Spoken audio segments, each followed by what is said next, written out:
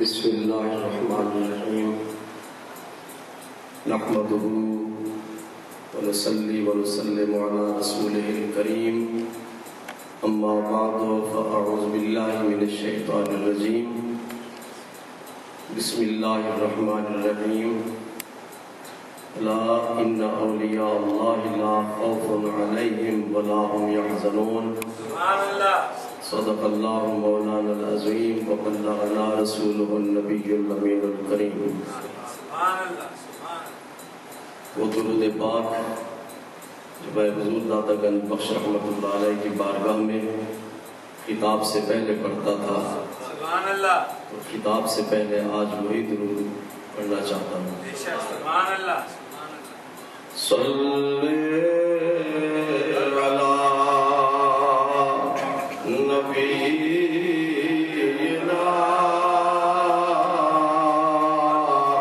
صلی علی محمد صلی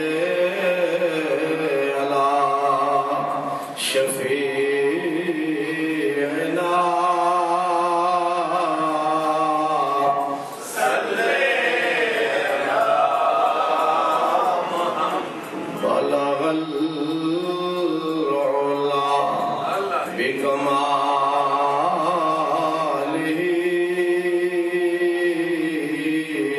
کشف الدجى بجماله حسنت جميع خصاله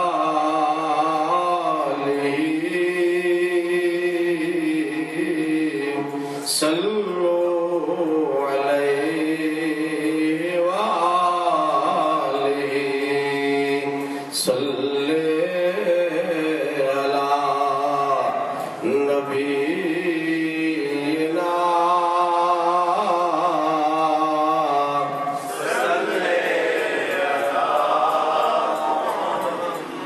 خسف القمر بجماله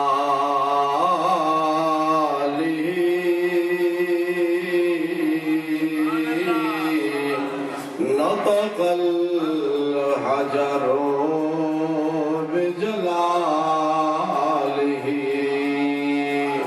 عجز البشر بكماله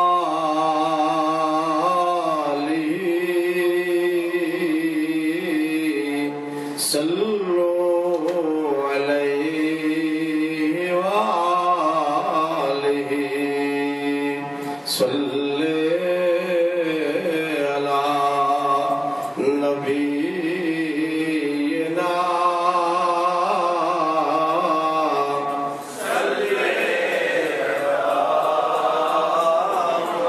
عرش پہ تازہ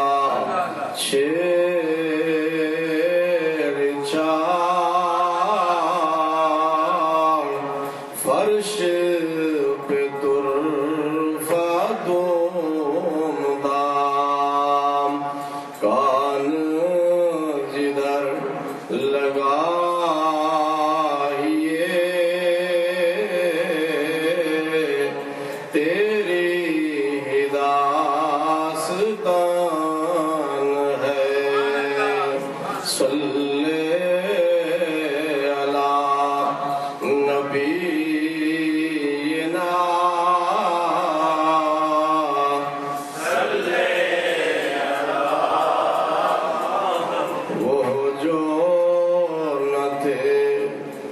کچھ نہ تھا، وہ جو نہ ہو تو کچھ نہ ہو، وہ جان ہے جہان کی، جان ہے تو جہان ہے صلی نبینا صلی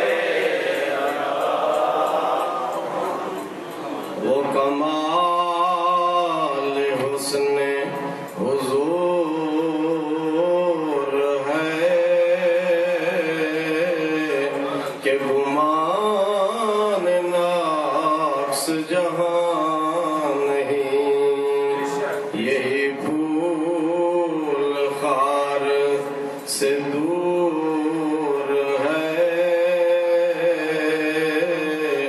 یہی شمع ہے کہ دھواں نہیں۔ صلی علی نبینا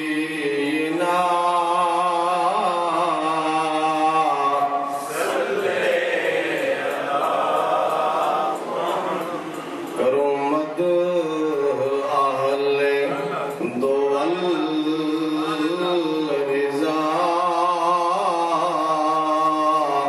پڑے اس بلا میں میری بلا، میں گدا ہوں اپنے کریم کا، میں گدا ہوں اپنے رسول کا،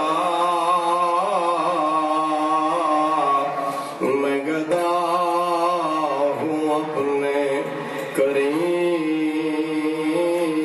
کا،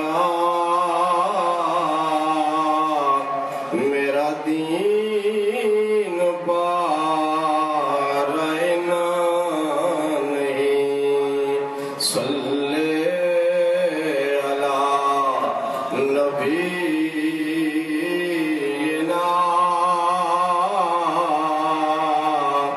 صلی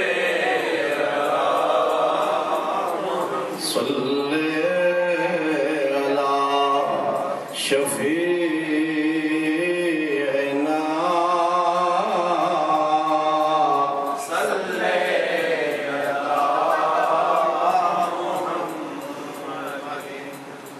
زینت محفل جناب صوفی باصفا صاحبزادہ والا شان الحاج میاں غلام حیدر صاحب سجادہ نشین دربار عالیہ حضور داتا گنج بخش رحمہ اللہ تعالی، خطیب اہل سنت فاضل جلیل حضرت علامہ مولانا مقصود احمد قادری صاحب، حاضرین محفل، بزرگوں، بھائیوں، عزیزوں، وقت قلیل ہے اور حکم کی تعمیل بھی ضروری ہے۔ قبلہ میاں صاحب نے ارشاد فرمایا کہ آپ 22-23 سال تک داتا حضور کے ممبر پر اور آپ کے مصلی پر امامت اور خطابت کے فرائض انجام دیتے رہے ہیں۔ سبحان اللہ، سبحان اللہ۔ اس حوالے سے حضرت داتا صاحب رحمۃ اللہ علیہ کی شان، عظمت اور ان کی کرامات بیان کرنا وقت کا ایک تقاضا ہے۔ اللہ تعالیٰ نے قرآن پاک میں ارشاد فرمایا، الا ان اولیاء اللہ لا خوف علیہم ولا هم یحزنون۔ بٹ صاحب، ولی کی شان معلوم کرنی ہو تو رب سے پوچھیے کہ ولی کا مقام کیا ہے، ولی کی شان کیا ہے۔ 11ویں پارے میں اللہ تبارک و تعالی نے اس آیت کو بیان فرمایا، الا ان اولیاء اللہ لا خوف علیہم ولا هم یحزنون۔ ابھی قیامت قائم نہیں ہوئی، پہلے ہی دنیا میں اللہ تعالیٰ نے ولیوں کو بشارت اور خوشخبری عطا فرمائی کہ ولیوں تمہاری شان یہ ہے، لا خوف علیہم، تم بھی جنتی ہو، ولا هم یحزنون، اور جن کی تمہارے ساتھ نسبت ہوگی وہ بھی جنتی۔ علامہ صاحب تشریف فرما ہے. خوف اور حزن دونوں عربی زبان کے لفظ ہیں. سبحان اللہ ماشاء اللہ. تو ان کے مفہوم اور ان کے معنی کو مد نظر رکھتے ہوئے میں اس کا ترجمہ یہ کرتا ہوں کہ ولیوں تمہاری شان یہ ہے کہ تم بھی جنتی ولا ہم یحزنون، اور جن کی تمہارے ساتھ نسبت ہوگی جو تمہارا مرید ہوگا وہ بھی جنتی. سبحان اللہ سبحان اللہ. بولیے کس نے فرمایا؟ یہ اللہ تعالیٰ نے ارشاد فرمایا. حضور صلی اللہ علیہ وسلم ارشاد فرماتے ہیں العلماء ورثۃ الانبیاء، علماء نبیوں کے وارث ہیں. ہماری اولاد ہماری جائیداد کی وارث ہوتی ہے، ہماری زمینوں کی، ہمارے پلاٹوں کی، ہمارے مکانوں کی، ہمارے پیسے کی وارث ہوتی ہے. اور سرکار فرماتے ہیں ولی نبیوں کے وارث ہیں. کس چیز کے وارث ہیں؟ نبیوں کے علوم اور ان کے معارف اور ان کے فیوز و برکات کے. سبحان اللہ سبحان اللہ. ہر وہ چیز جو نبی کے لیے معجزہ ہوتی ہے وہی چیز ولی کے لیے کرامت ہوتی ہے. سبحان اللہ سبحان اللہ. رحمت عالم نور مجسم صلی اللہ علیہ وسلم کا سب سے بڑا معجزہ قرآن پاک ہے، اور قرآن پاک آپ کا علمی معجزہ ہے.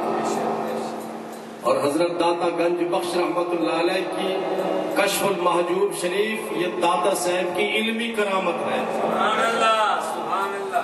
آپ نے لاہور میں بیٹھ کر حضرت ابو سعید رحمت اللہ علیہ جو کہ ان کے ساتھی تھے، غزنی سے آپ کے ساتھ تشریف لائے، تصوف کے بارے میں انہوں نے چند سوالات کیے.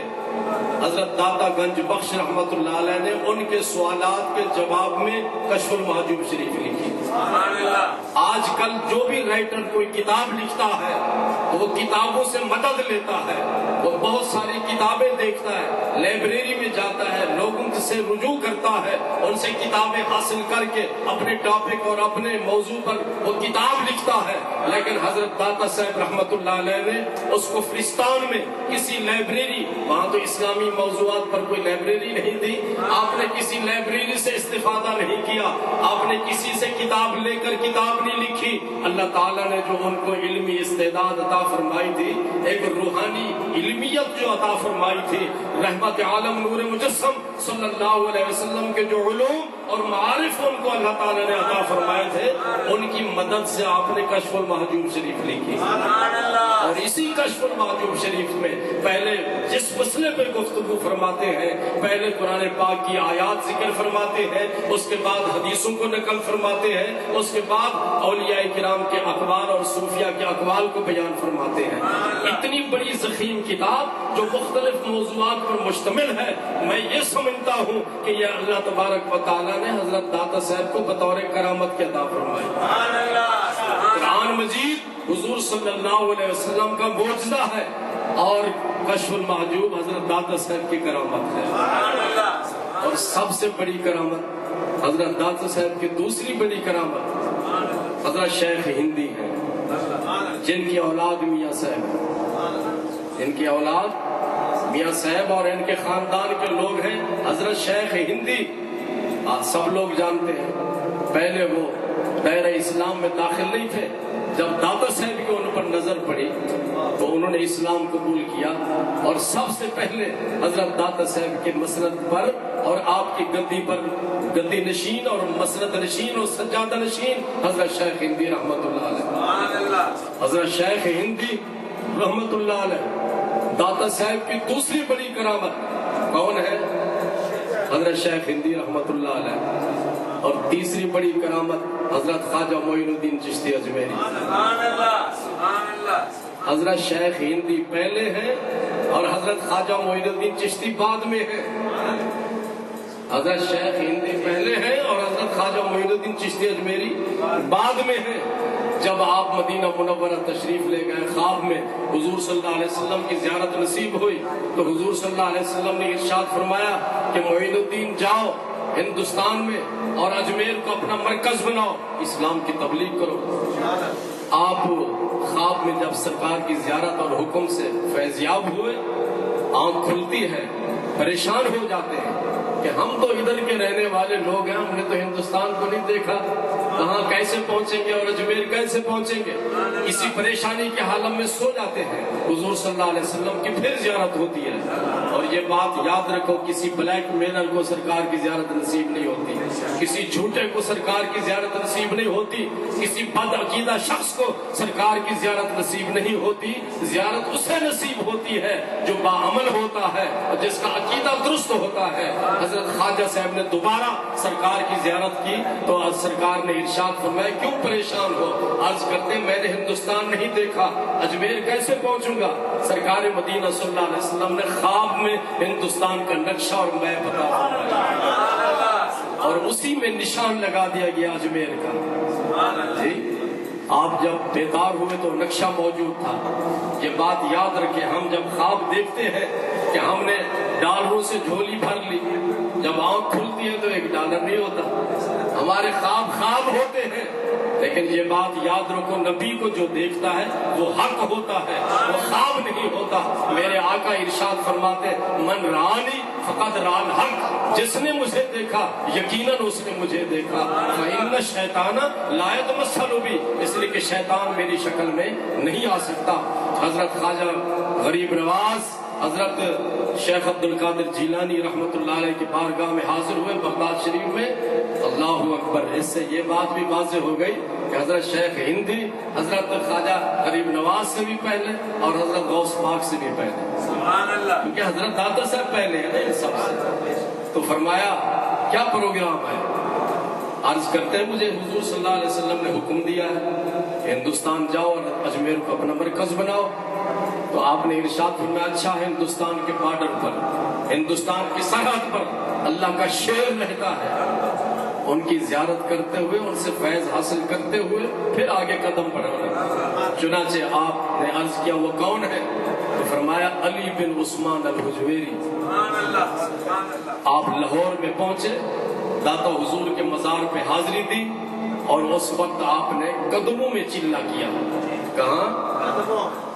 آج بھی وہ چلہ گاہ موجود ہے، حجرہ، جہاں آپ تشریف فرما ہو کر آپ نے چلہ کیا، داتا صاحب کے قدموں میں بیٹھے۔ بٹ جی سرانے کی طرف نہیں بیٹھے، آج دیکھا نا لوگ سرانے کی طرف بیٹھ کے قرآن پاک کی تلاوت کرتے ہیں، اور اسی طرح مشرق کی طرف نہیں بیٹھے، مغرب کی طرف نہیں بیٹھے، قدموں میں بیٹھے۔ ہمیں یہ پیغام دیا کہ اللہ کے نیک بندوں سے، اللہ کے ولیوں سے فیض حاصل کرنا چاہتے ہو تو ان کے قدموں میں بیٹھو۔ آپ نے 1 گھنٹہ نہیں، 2 گھنٹہ نہیں، 1 دن نہیں، 1 رات نہیں، بلکہ 40 دن مسلسل داتا صاحب کے قدموں میں چلہ کیا۔ اور جب داتا صاحب نے فیض عطا کیا تو فرماتے ہیں، گنج بخشے فیض عالم مظہر نور خدا، نا کے سارا پیر کامل کاملانہ رہنما۔ کیا فرماتے ہیں؟ گنج بخش۔ کیا فرمایا؟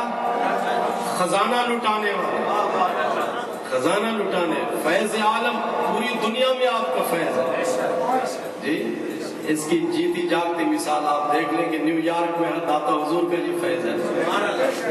میاں صاحب آپ کے فیض کو تقسیم کر رہے ہیں اور آپ کے نام کا چرچا کر رہے ہیں۔ قرآن پاک میں اللہ تعالیٰ نے ارشاد فرمایا، فاذکرونی اذکرکم، تم مجھے یاد کرو میں تمہیں یاد کروں۔ جس نے پوری زندگی اللہ کے ذکر فکر میں بسر کر دی ہو تو اللہ تبارک و تعالیٰ اس کا نام بھی قیامت تک کے لیے روشن کر دیتا ہے۔ تو آپ نے 40 دن چلہ کیا تو فرماتے ہیں خزانہ دے رہے ہیں، جو کسی کو دیتا ہے وہ داتا ہوتا ہے۔ سمجھ رہے بھی آپ؟ داتا ہندی زبان کا لفظ ہے۔ کس کا لفظ ہے؟ معنی اس کا دینے والا، ہر دینے والا داتا ہے۔ آپ اپنے بچوں کو پیسے دیتے ہیں یا نہیں دیتے؟ اپنے ملازمین کو تنخواہیں دیتے ہیں یا نہیں دیتے؟ غریب آدمی آئے تو اس کی مدد کرتے ہیں یا نہیں کرتے؟ مسجد میں مدد کرتے ہیں، مسجد میں چندہ دیتے ہیں، مدرسے کو چندہ دیتے ہیں۔ ایسے لوگ بھی چندہ لینے کے لیے آتے ہیں جو داتا کے منکر ہوتے ہیں۔ سمجھ رہے ہیں آپ؟ داتا کا معنی دینے والا، ہر دینے والا داتا ہے۔ لیکن یہ بات یاد رکھو، داتا کے نام پہ کچھ لوگ گمراہ کرتے ہیں کہ جس صرف اللہ ہی داتا ہے اور کوئی داتا نہیں ہے، یہ بکواس کرتے ہیں۔ ان کو معلوم ہونا چاہیے کہ اگر کسی کو خدا سمجھ کر داتا سمجھا جائے تو یہ شرک ہے یہ، اور اگر کسی کو خدا نہ سمجھا جائے اور داتا سمجھا جائے، خدا نہ سمجھے، اللہ کی مخلوق سمجھے، تو یہ کوئی شرک نہیں ہے۔ اللہ تعالیٰ نے قرآن پاک میں ارشاد فرمایا وَجَعَلْنَاهُ سَمِيعًا بَصِيرًا، بٹ جی اللہ تعالیٰ فرماتے ہیں ہم نے انسان کو سمیع بنایا، بصیر بنایا۔ کیا نام ہے آپ کا؟ ظہیر صاحب، یہ قرآن کی آیت ہے۔ ہم نے انسان کو کیا بنایا؟ اور اللہ کا نام ہے سمیع بصیر، یعنی جی اللہ فرماتے ہیں میں نے انسان کو سمیع بنایا، بصیر بنایا، اور اللہ خود سمیع اور بصیر ہے، پھر شرک کیوں نہیں؟ جی پھر شرک کیوں نہیں؟ وہ اس لیے شرک نہیں ہے کہ اللہ سمیع بصیر ہے خدا ہونے کی حیثیت سے، اور انسان سمیع بصیر ہے مخلوق ہونے کی حیثیت سے۔ جب خالق اور مخلوق کا فرق آ جاتا ہے تو پھر شرک نہیں آتا۔ شرک کا معنی ہے برابری۔ کیا معنی؟ عربی زبان کا لفظ ہے، شرک کا معنی برابری۔ اب یہ جب دونوں انگلیاں آپس میں برابر ہوں گی تو اس کو شرک کہیں گے، اور اگر 19-20 کا فرق ہوگا تو شرک نہیں ہوگا۔ کسی کو خدا سمجھ کر داتا کہا جائے تو یہ شرک ہے، کسی کو خدا کا بندہ سمجھ کر داتا کہا جائے تو یہ شرک نہیں ہے۔ تو یہ مثال آپ کے سامنے ہے کہ اللہ تعالیٰ نے فرمایا ہم نے انسان کو سمیع بنایا، بصیر بنایا۔ جی لفظوں کی مناسبت اور مطابقت سے شرک نہیں آتا، شرک کا تعلق معنی سے ہے۔ جب ہم کسی کو خدا کے برابر کر دیں، خدا سمجھے، پھر شرک ہے۔ اسی طرح حضرت علی کو ہم مشکل کشا یا ولیوں کو مشکل کشا، حاجت روا کہتے ہیں، تو حاجت روا کہنا شرک نہیں ہے۔ اس لیے شرک نہیں کہ ہم ان کو خدا سمجھ کر حاجت روا نہیں سمجھتے، ان کو خدا سمجھ کر مشکل کشا نہیں سمجھتے، اللہ کی مخلوق سمجھ کر ان کو مشکل کشا اور حاجت روا سمجھتے ہیں۔ لوگ سمجھتے ہیں کہ جی یہ ان پڑھ لوگ ہیں، جو مرضی ہے ان کو کہتے رہیں۔ جی بات بھی درست ہے، ہم قرآن اور حدیث پڑھنے کے لیے کوشش نہیں کرتے۔ ہم اپنی اولاد کو لاکھوں روپے خرچ کر کے انگلش پڑھائیں گے، انگلش مضامین پڑھاتے ہیں، لیکن مفت کی تعلیم ہے قرآن حدیث کی، وہ پڑھانے کے لیے تیار نہیں ہے، اسی لیے گمراہی پھیل رہی ہے۔ تو حضرت خواجہ معین الدین چشتی اجمیری سے زیادہ عالم کون ہے؟ آپ فرماتے ہیں یہ داتا صاحب ہے، یہ داتا ہے۔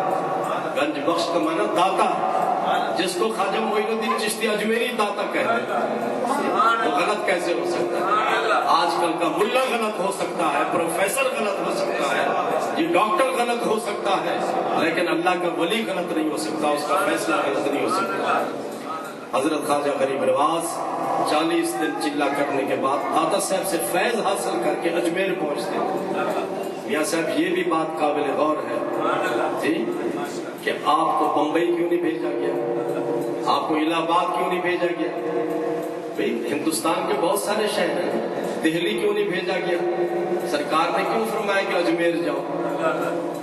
جی اس لیے کہ اجمیر مکہ مکرمہ کے مشابہ، اجمیر مکہ شریف کے مشابہ ہے۔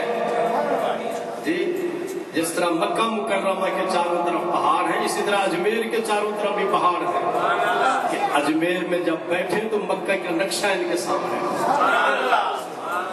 تو حضرت خواجہ غریب نواز جب وہاں پہنچتے ہیں داتا صاحب سے فیض لے کر اپنے مصلے پر بیٹھے رہے، ظہیر صاحب اپنے لوٹا اٹھا کر، بسترا اٹھا کر، گلی گلی کوچے کوچے میں جا کر آپ نے اسلام کی تبلیغ نہیں فرمائی، اپنے مصلے پر بیٹھے رہے۔ جو ہندو آپ کے چہرے کو دیکھتا تھا مسلمان ہو جاتا۔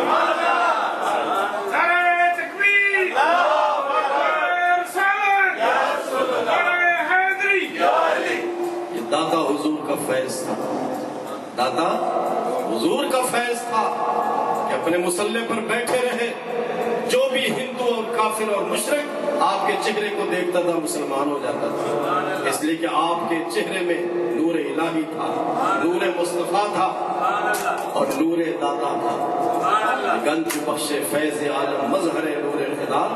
آپ فرماتے ہیں یہ خزانہ لٹا رہے ہیں، ساری دنیا میں ان کا فیض ہے، اور اللہ کے انوار اور تجلیات کو دیکھنا ہو تو داتا صاحب کے مزار پہ آ نہ کہ سارا پیر کامل، نہ کہ آئے تو اس کو پیر کامل بنا دیتے ہیں، اور اگر کامل آ جائیں تو ان کے روحانی درجات کو بلند فرماتے ہیں. داتا صاحب کی سب سے بڑی کرامت حضرت شیخ ہندی، سب سے بڑی کرامت خواجہ غریب نواز، سب سے بڑی کرامت کشف المحجوب، اور آج بھی کرامات کا سلسلہ جاری ہے. کوئی شخص کسی کو 2 وقت کا کھانا کھلانے کے لیے تیار نہیں ہے، اور حضرت داتا صاحب کی بارگاہ میں 24 آور 24 گھنٹوں میں 70,000 کے قریب آدمی حاضری دیتا ہے، اور 70,000 کے قریب آدمی لنگر کھاتا ہے. پوری دنیا میں کوئی ایسا مزار نہیں ہے. دکھاؤ بھی کوئی ایسا مزار پوری دنیا میں. اوقاف کو تقریباً 62 سال یا 63 سال ہوئے، اور اس سے پہلے تو 950 سال تک تو ان میاں صاحب کی فیملی نے داتا صاحب کے مزار کو سنبھالے رکھا، اور وہاں پہ یہ جتنے عرس کے سلسلے، غسل کے سلسلے، لنگر کے سلسلے، ان کے خاندان نے یہ سارے جاری کیے، اور دنیا کی کوئی طاقت اس لنگر کو ختم نہیں کر سکتی. اور آپ یہ دیکھ لیں کہ جب دہشت گرد وہاں پہ پہنچا، جہاں پہ بم بلاسٹ کیا اس نے، تو مزار شریف 15 فٹ کے فاصلے پر تھا.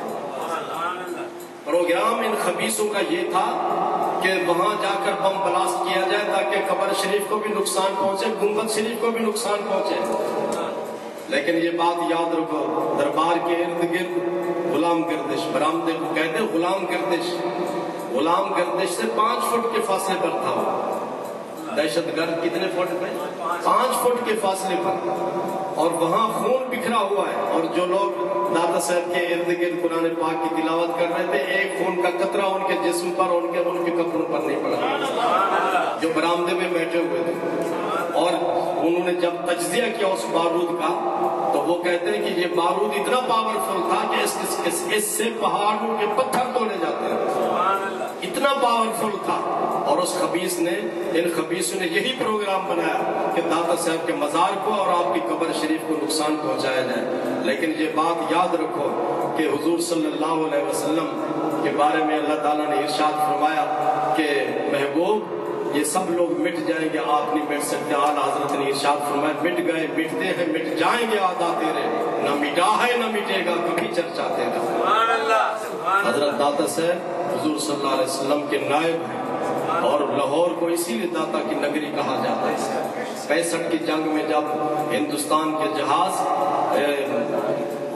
یہ جو ہے شاہدرے کا وہ جو شاہدرے کا جو وہ ہے نا دریائے راوی پر پل، اس کو اڑانا چاہتے تھے، وہ جب پہنچے وہاں پہ تو کاک پٹ میں جہاز کے اندر ایک بزرگ آ گیا، سبز کپڑے پہنے ہوئے. انہوں نے کہا واپس چلے جاؤ نہیں تو تم تباہ ہو جاؤ.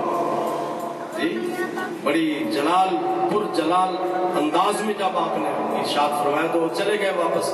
دوسرے دن پھر آ گئے، پھر واپس چلے گئے. تیسرے دن قسمیں کھا کر آئے کہ کچھ بھی ہو جائے ہم نے راوی کو پل کو اڑانا ہے. تو آپ نے ارشاد فرمایا کہ اب تم میری بات مانو، واپس چلے جاؤ. انہوں نے کہا نہیں ہم واپس نہیں جاتے. آپ نے فرمایا ٹھیک ہے تم گرفتار ہو گئے ہو. اسی وقت ہمارے جہاز وہاں آئے، ان کو گھیرے میں لیا اور قصور کے بارڈر پہ ان کو اتارا، اور 3-4 دن تک وہ پائلٹ اور ان کے جو معاون تھے انہوں نے بالکل خاموشی اختیار کی، وہ نہیں بولے. 4-5 دن کے بعد انہوں نے کہا کہ پہلے ہمیں وہ سبز لباس والا بزرگ دکھاؤ پھر ہم بات کریں گے. انہوں نے کہا وہ کون تھے، انہوں نے کیا تعارف کروایا تھا. وہ کہنے لگے کہ انہوں نے کہا کہ میں علی بن عثمان الحجویری ہوں، مجھے داتا گنج بخش کہا جاتا ہے. تو انہوں نے کہا ہمیں ان کی زیارت کرواؤ پھر ہم بتائیں گے کہ اصل چکر کیا ہے. بارکاہ میں یہ بتانا چاہتا ہوں کہ لاہور داتا کی نگری ہے، اور حضرت مجدد الفسانی رحمۃ اللہ علیہ نے ارشاد فرمایا کہ لاہور قطب البلاد ہے. کیا ہے؟ قطب بر صغیر کے تمام شہروں کے لیے قطب کا درجہ رکھتا ہے. ظہیر صاحب قطب کس کو کہتے ہیں جی؟ چکی کبھی دیکھی آپ نے؟ چکی کے 2 پارٹ ہوتے ہیں اور درمیان میں ایک کلی ہوتی ہے، یہ لوہے کی کلی. اسے کہتے ہیں کتب، کیا کہتے ہیں اس کو؟ اس کے ارد گرد وہ پتھر چلتے ہیں، گھومتے ہیں. تو حضرت مجدد الثانی رحمۃ اللہ علیہ نقش بندیوں کے امام، آپ ارشاد فرماتے ہیں کہ لاہور شہر قطب البلاد ہے. کیا ہے؟ قطب البلاد ہے. اس شہر سے جو تحریک چلتی ہے وہ کامیاب ہوتی ہے. دوسرے شہروں کی تحریکیں کامیاب نہیں ہوتی. جو شخص اس شہر سے اپنی تحریک کا آغاز کرتا ہے تو اس کو کامیابی نصیب ہوتی ہے. کیوں؟ اس لیے قطب البلاد ہے کہ اس کے اندر حضرت شیخ سید علی بن عثمان الحجویری رحمۃ اللہ علیہ یہاں پہ تشریف فرمائے. میاں شیر محمد صاحب شرپوری رحمۃ اللہ علیہ، ان کا نام آپ نے سنا ہوگا. بہت بڑے ولی اللہ گزرے شرپور شریف کے. آپ 25 میل ہے فاصلہ. کتنا؟ لاہور سے 25 میل ہے شرپور. آپ پیدل چل کر حضرت داتا صاحب کے مزار پہ حاضری دیتے تھے. ایک دن تشریف لائے اور باہر کھڑے ہو کے فاتحہ پڑھی اور وہاں سے واپس چلے گئے. مریدوں نے عرض کیا حضور اتنا لمبا چوڑا فاصلہ طے کر کے آئے اور آپ واپس جا رہے ہیں، اس کی کیا وجہ ہے؟ آپ نے ارشاد فرمایا جن کے ساتھ ہم نے ملاقات کرنی تھی باہر ہی ملاقات ہو گئی، اب اندر جانے کی کیا ضرورت ہے. اور اشرف علی تھانوی کا نام سنا ہوگا، وہ بھی داتا صاحب کے مزار پہ حاضر ہوئے. حاضری کے بعد اس نے کہا اللہ اکبر، یہ تو اتنا بڑا بزرگ ہے کہ ان کے پورے سین میں رحمت کے فرشتے موجود ہیں، قدم رکھنے کی جگہ نہیں. رحمت کے فرشتے اتنی کثرت سے موجود ہیں کہ یہاں قدم رکھنے کی جگہ نہیں ہے. اور اس کی بنیادی وجہ یہ ہے کہ وہاں جہاں 24 گھنٹے ذکر الہی ہو رہا ہے، کوئی ذکر کر رہا ہے، کوئی قرآن پاک کی تلاوت کر رہا ہے، کوئی نفل پڑھ رہا ہے. یہ 24 گھنٹے ذکر الہی اور 24 گھنٹے لنگر. میری آپ بیتی یہ ہے، میری بیٹی کو پولیو کا اٹیک ہوا. چھوٹی بیٹی تھی تو ہمیں بڑی تکلیف ہوئی. جب وہ باتھ روم میں جاتی تھی تو اپنے آپ کو گھسیٹ کے جاتی تھی. بدھ کا دن تھا، اٹیک ہوا. جمعرات تھی. میں نے ہمیشہ فجر کی نماز کی امامت کروائی اور نماز پڑھائی داتا صاحب، جمعہ بھی اور فجر کی نماز پڑھائی، اور اس کے بعد تفسیر قرآن کا درس. تو جمعرات تھی. ہر جمعرات کو فجر کی نماز کے بعد صلاۃ و سلام ہوتے ہیں. تو داتا حضور کا مزار سامنے اور صلاۃ و سلام ہو رہے تھے. تو اسی وقت بیٹی کا خیال آیا تو میری آنکھوں سے آنسو جاری ہو گئے. جب دعا ہوئی، دعا کرنے کے بعد میں گھر پہنچا تو میاں عمر صاحب میرے گھر تشریف لائے. وہ ہمیشہ ہر روز مجھے وہ ناشتہ پہنچاتے تھے. ان کی محبت تھی، ان کے رشتہ دار تھے. تو میاں صاحب ناشتہ لے کر آئے تو میں نے میاں صاحب سے کہا کہ بچی کو پولیو کا اٹیک ہوا ہے، اب کیا کرنا چاہیے؟ تو انہوں نے کہا کہ ایک ڈاکٹر ہے جو ہر رمضان شریف میں اعتکاف والوں کو میڈیکل ایڈ دیتا ہے. وہ وہاں بیٹھتا ہے.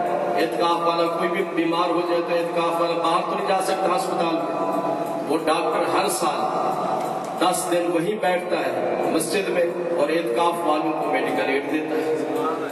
آپ اس ڈاکٹر کو بلا لیں. میری بچی کو بھی اس طرح تکلیف تھی، 6 مہینے تک میں نے علاج کروایا بڑے بڑے ڈاکٹروں سے، وہ ٹھیک نہ ہو سکی، اس سے علاج کروایا. میں نے کہا میاں صاحب وہ تو عطائی ڈاکٹر ہے، وہ کوئی مستند ڈاکٹر تو نہیں ہے، اسپیشل نہیں، کہیں ایسا نہ ہو کہ کیس خراب ہو جائے. انہوں نے کہا نہیں، آپ اس کو بلائیں. میں نے اس کو بلایا. اس نے ایک انجیکشن لگایا اور 10-12 گولیاں اس نے دی. اس نے کہا کہ شام تک انشاءاللہ ٹھیک ہو جائے گی. چنانچہ ایسا ہی ہوا کہ رات کو گرمیاں تھی، وہ سو گئی.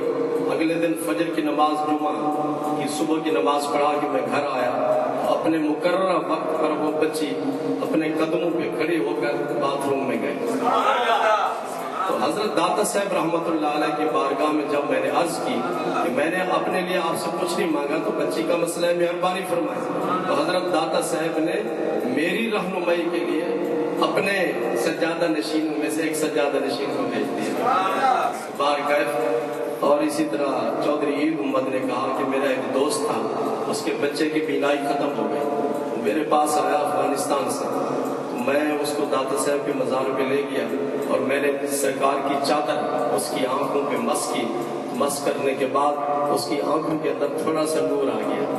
پھر ہم جلیل الدولہ کے پاس گئے، ڈاکٹر جلیل الدولہ کے پاس، اس نے اس کو چیک کیا، چیک کرنے کے بعد اس نے اس کا علاج کیا تو 8 دن کے اندر وہ بچہ بالکل ٹھیک ہو گیا۔ یہ تو دو اس طرح کے واقعات ہر روز پیش آ رہے ہیں۔ بہت سارے بیمار لوگ وہاں پہ جاتے ہیں، اللہ تعالیٰ ان کے وسیلے سے بیماروں کو شفا عطا فرماتا ہے۔ جب بھی صحابہ کرام کو کوئی تکلیف ہوتی تھی تو سرکار کی بارگاہ میں جاتے تھے۔ ایک صحابی تھے، جنگ میں ان کی آنکھ نکل گئی، ہتھیلی پہ آنکھ رکھ کر سرکار کی خدمت میں حاضر ہوئے۔